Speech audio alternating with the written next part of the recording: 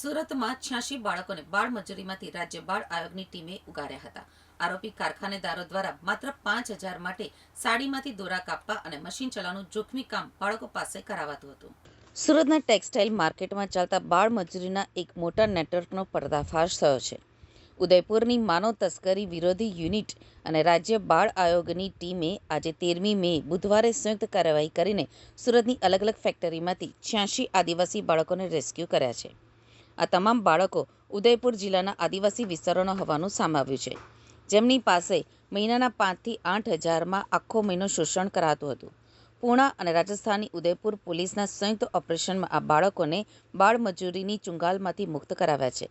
આ તમામ બાળકો છેલ્લા 2 મહિનાથી અહીં મજૂરી કરી રહ્યા હોવાનું તપાસમાં બહાર આવ્યું છે.